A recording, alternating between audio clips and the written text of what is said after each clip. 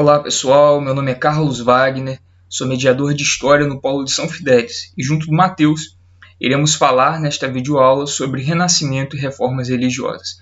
Para acompanhar esse conteúdo pela apostila, basta você abrir aí a apostila de História, módulo 1, entre as páginas 30 e 35.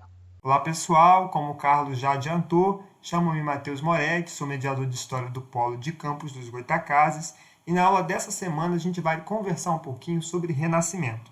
Mas antes disso, eu queria identificar para você que é super importante que você situe a videoaula dessa semana dentro desse cronograma de estudos que tem por objetivo contemplar as transformações pelas quais a Europa está passando a partir da crise do século XIV. É muito importante que você entenda que o Renascimento e as reformas religiosas contribuem enormemente para esse contexto, ao mesmo tempo que são reflexos dessas transformações. Vamos lá? Bom, o Renascimento, aqui na videoaula de hoje, é, antes de tudo, um conceito que serve para a gente analisar e pensar as práticas entre os séculos XIV e XVI na Europa, estabelecendo, sim, conexões com outros contextos históricos que se desenvolvem também em outras regiões. Então, nós vamos fazer essas conexões aqui ao longo da aula. Mas eu queria chamar a atenção de vocês para que a gente pense também em renascimentos no sentido plural da coisa. Renascimentos. E aqui, renascimentos em dois sentidos. Primeiro, no sentido conceitual. Renascimento é um conceito que vem sendo trabalhado e redefinido ao longo de várias gerações de pesquisadores do tema. Então, a gente não tem um único conceito puro do que seja o Renascimento. De modo que chegam para nós, você já deve ter ouvido alguma dessas afirmações, como o Renascimento colocou o homem no centro do universo, o antropocentrismo versus o teocentrismo medieval, de que o Renascimento colocou a razão versus a religião, a empiria versus a magia ou o paganismo. Essas questões são imagens sobre o que seja o Renascimento propriamente, nos séculos XIV a XVI. São narrativas que se constroem sobre esse período.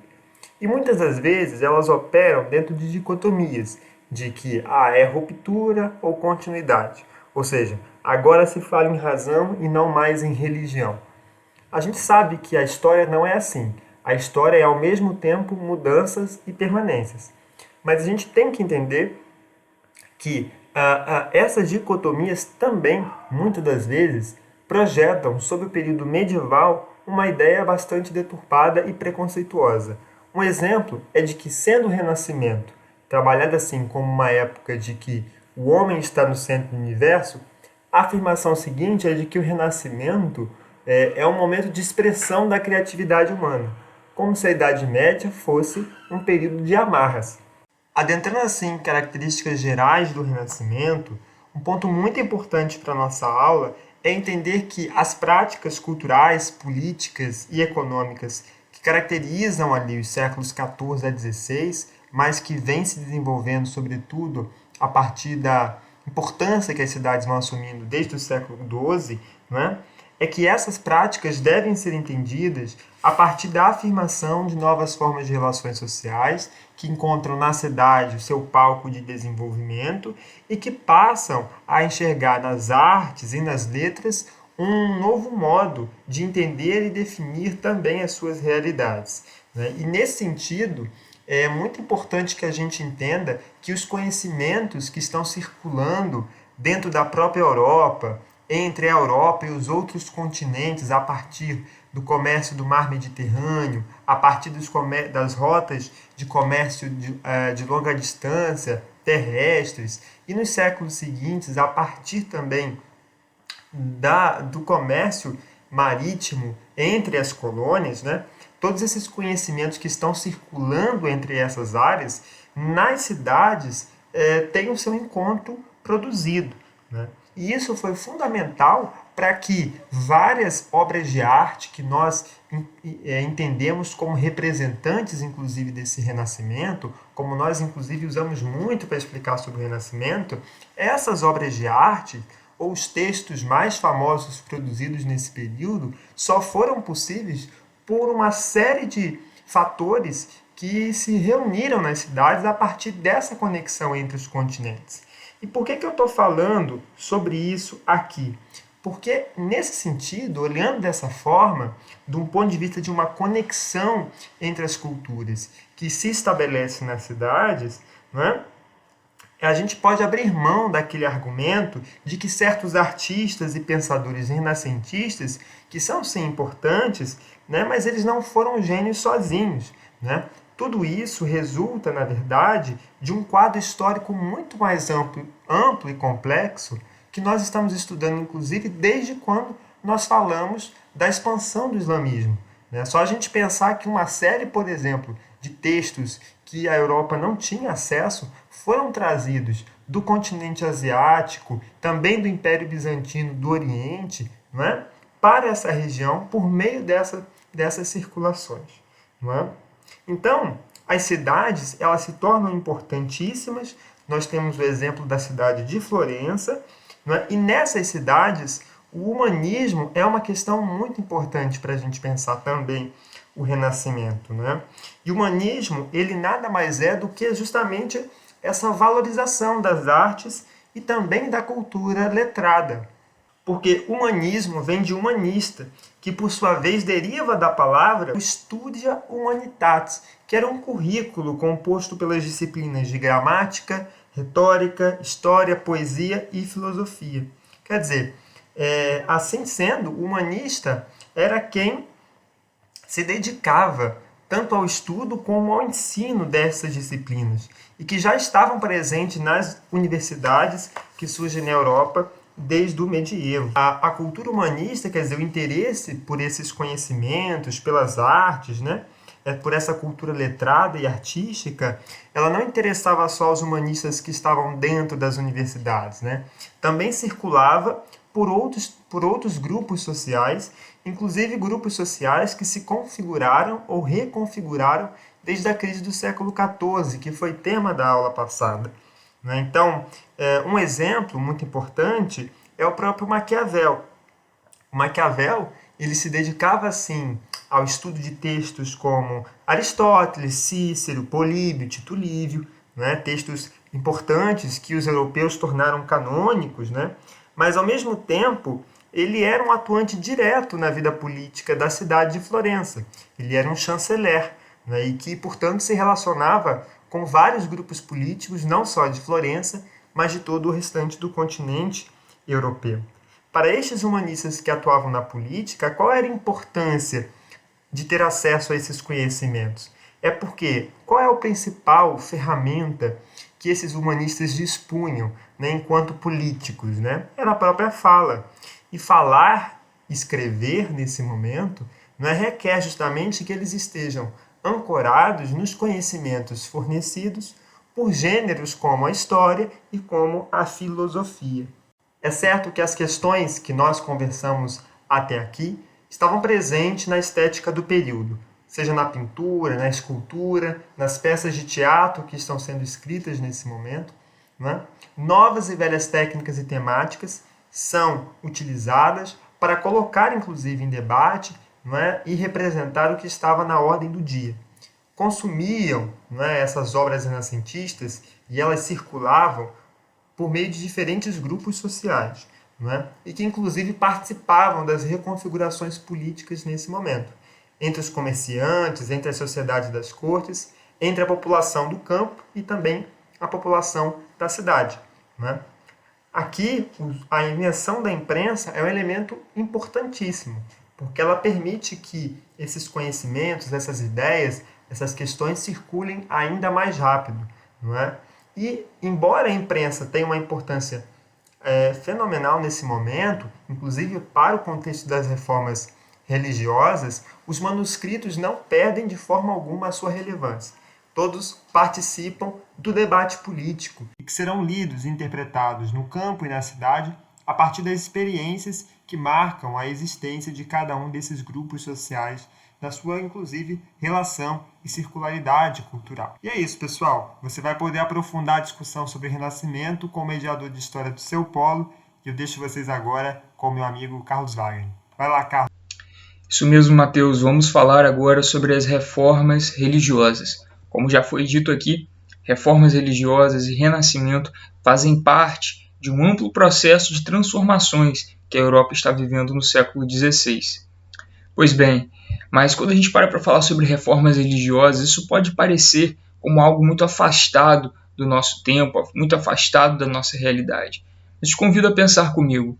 Será que você já ouviu falar das igrejas presbiterianas, igreja batista, igrejas evangélicas no geral? É bem provável que sim, né? E essas igrejas evangélicas, especialmente as históricas, estão fortemente vinculadas a essas reformas religiosas aqui em sua origem. Se você for pensar na teologia calvinista das igrejas presbiterianas ou batistas, você vai remeter ao teólogo João Calvino, que foi um importante reformador nesse período aqui das reformas religiosas. Então, esse é um assunto que, enfim, está diretamente relacionado com a nossa conjuntura atual, né? Um ponto de partida para nós entendermos esse processo de reformas religiosas são as críticas, as contestações à autoridade da Igreja Católica. Desde a Baixa Idade Média, antes do século XVI, nós já tínhamos essas críticas acontecendo. A gente vai ver lá no século XIV, na Inglaterra, o John Wycliffe iniciando um movimento de fortes críticas a essa autoridade da Igreja e sendo condenado como um herege. A mesma coisa vai acontecer anos mais tarde, no início do século XV, ali na região da Boêmia, hoje República Tcheca, onde Jan Hus vai ser uma forte voz de contestação a essa autoridade. O John Wycliffe, na Inglaterra, vai encontrar proteção dos nobres, e mesmo depois de ser condenado como herege, vai ser mantido vivo.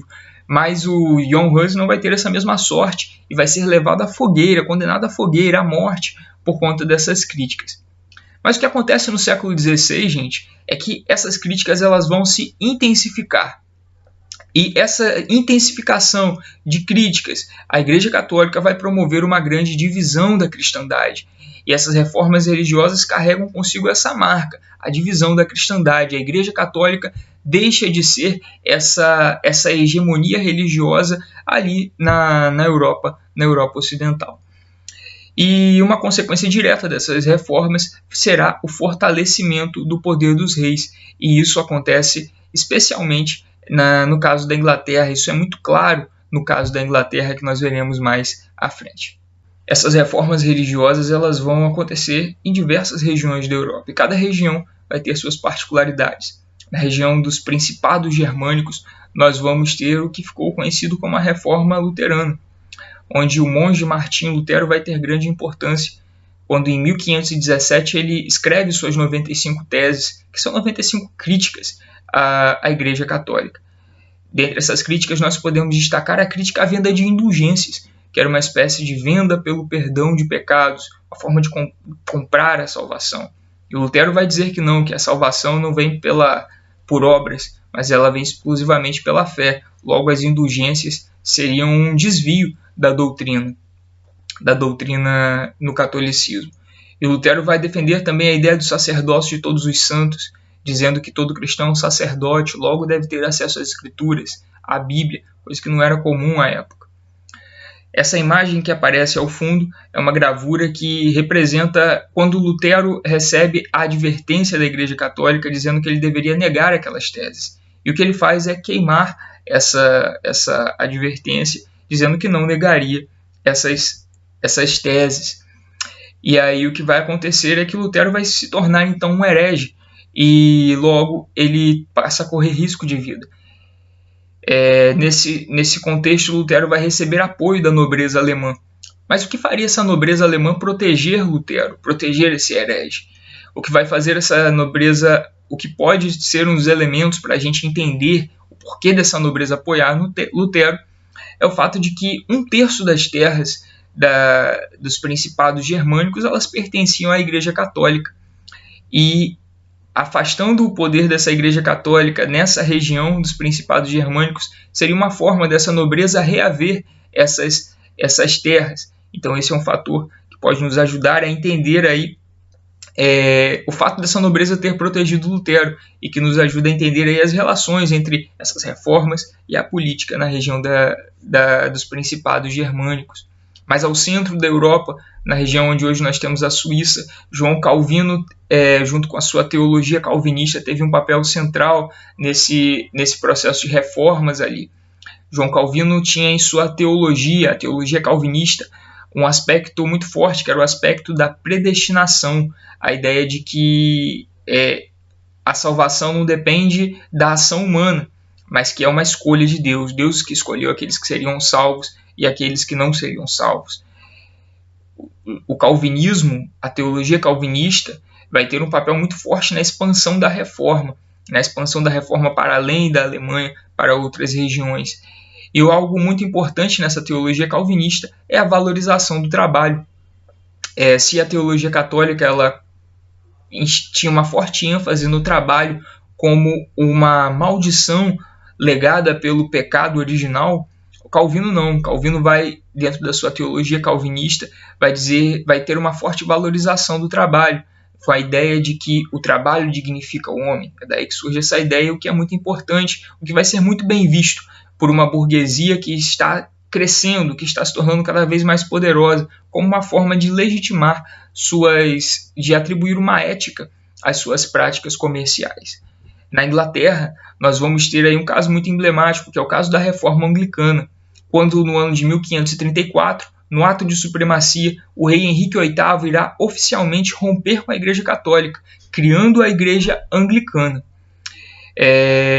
A justificativa do rei Henrique VIII para esse rompimento era o fato da Igreja Católica não conceder a ele, do Papa não conceder a ele, o divórcio de sua esposa. Então, Henrique VIII vai romper com a Igreja Católica, criar a Igreja Anglicana, e esse rompimento vai vai possibilitar ao rei Henrique VIII uma grande ampliação do seu poder real, uma vez que ele vai passar a ser a maior autoridade da Igreja na Inglaterra, não mais tendo que obedecer ao Papa. E, além do mais, ele vai confiscar para a coroa inglesa todas as terras que antes pertenciam à Igreja Católica. Como esse mapa mostra, uma das consequências mais fortes das reformas religiosas foi a divisão da cristandade. Essa região em azul no mapa, ela antes era católica e após as reformas se tornou uma região protestante. Essas regiões aqui em rosa no mapa, esse rosa mais forte, eram regiões também católicas e que se tornaram calvinistas. Já essa região em verde estava sob domínio da Igreja Católica e se tornou anglicana aqui na Inglaterra. Então são as reformas promovendo essa divisão da cristandade. E diante desse grande quadro de reformas e de perda de poder da Igreja Católica, a Igreja vai fazer então suas reformas, a Reforma Católica, conhecida também como Contra-Reforma. Vale destacar aqui que a Contra-Reforma ela não foi causada diretamente, exclusivamente pelo advento das reformas religiosas. As reformas religiosas que aconteceram na Reforma Protestante, na Alemanha, na Inglaterra e em tantas outras regiões ali, foram uma espécie de gatilho, uma espécie de catalisador que acelerou esse processo de reformas.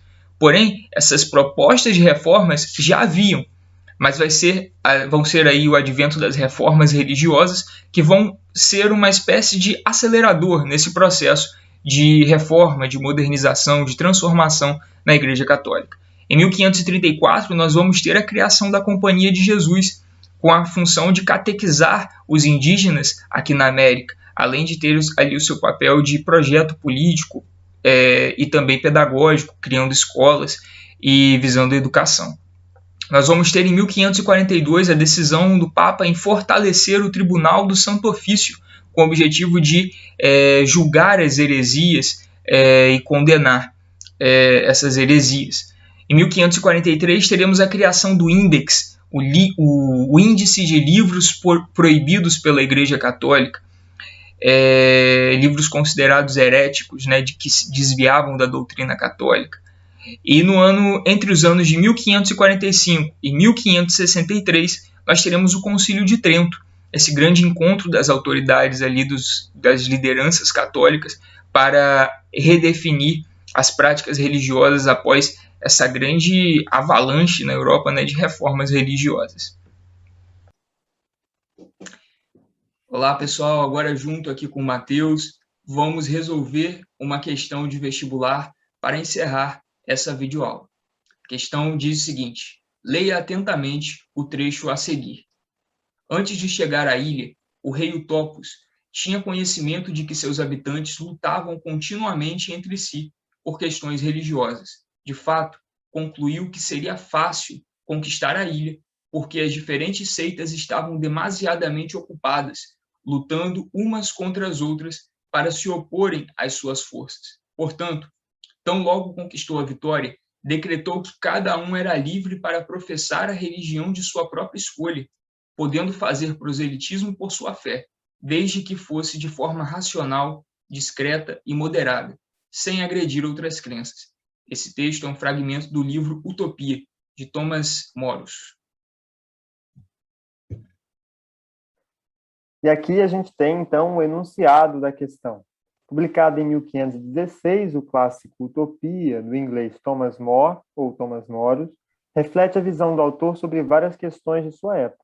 Utopia foi um texto muito importante que circulou bastante ao longo da Idade Moderna, é um texto famoso até os dias de hoje, e lembrando que o Thomas More se encaixa perfeitamente dentro do contexto do Renascimento, com suas reflexões e problematizações. Essa questão é boa porque vai permitir a gente conectar, né, os dois assuntos que nós tratamos aqui hoje.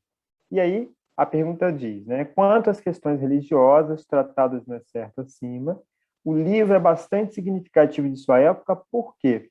Antes de você ouvir a minha explicação e a do Carlos, pausa o vídeo, leia atentamente as alternativas, pense aí qual seria a sua resposta e volte aqui para o vídeo, beleza? Então vamos lá, né, pessoal? A letra A. A letra A vai dizer que na Europa apenas uma igreja existiu no século XVI, a Igreja Católica Romana. Portanto, essa postura hipotética seria ideal apenas para lugares com várias correntes religiosas. Bem, o século XVI foi o século das reformas religiosas. Foi no século XVI que surgiu a Igreja Luterana, as igrejas de teologia calvinista, e que surgiu a Igreja Anglicana na Inglaterra. Então, Thomas Moros está escrevendo esse livro dele, esse texto, imaginando ali soluções para os problemas que o próprio país dele vivia, né, a Inglaterra. Então, essa alternativa aqui ela está errada. Vamos dar uma olhada aqui na letra B. A letra B vai dizer que na Inglaterra, a criação de uma igreja nacional, o anglicanismo, provocou profundos choques e perseguições aos cristãos católicos e calvinistas pela nova igreja fundada pelo rei Henrique VIII.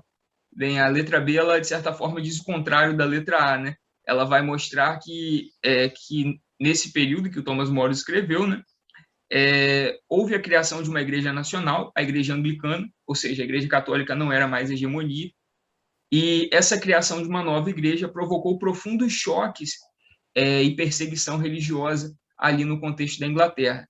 Então, essa alternativa aí aparentemente está correta, né? Mas vamos olhar aí com o Matheus as outras alternativas para termos certeza. É isso aí. Bom, a alternativa C diz: estabelecer um modelo de comportamento que foi plenamente aceito na Europa quando surgiram as igrejas protestantes, o que impediu posteriormente os conflitos entre as crenças cristãs. Olha, o texto do Thomas More não impediu mesmo, não é? Os conflitos religiosos que se estenderam aí pelos séculos seguintes, no século XVI, XVII. Um exemplo muito importante são as chamadas guerras religiosas, que inclusive, né, vai ser tema de discussão de um outro pensador, um pouquinho mais à frente, que é o próprio Thomas Hobbes, que também se vê, né, diante desses conflitos. Então, essa alternativa C também está errada. Os conflitos entre as crenças cristãs se estendem e existem, independente da existência do texto do Thomas More. A letra D é definiu uma forma de interação entre diferentes religiões, apaziguando os conflitos entre os cristãos, judeus e muçulmanos no Oriente Médio até os dias atuais. Ora, embora o Thomas More fosse um homem muito erudito e que tem no seu livro referência a diferentes questões, a diferentes culturas, né, essa alternativa foge do escopo da pergunta e do tema tratado pela questão, né? E também, né, mais uma vez, toca no apaziguamento dos conflitos, enquanto a gente sabe que os conflitos eles se acirram, na verdade. Então, por esses motivos, as questões, as alternativas C e D também estão erradas. E aí, Carlos, então é a letra B mesmo, né? O que nos resta é a letra B, letra B de bola, alternativa correta dessa questão. Bem, pessoal, encerramos aqui essa videoaula, falando sobre reformas, sobre renascimento, e desejamos bons estudos aí para vocês. Um abraço. É isso então, pessoal. Obrigado, Carlos. Bons estudos aí nos polos de vocês. Eu desejo uma ótima conversa com os mediadores de história. Tchau, pessoal.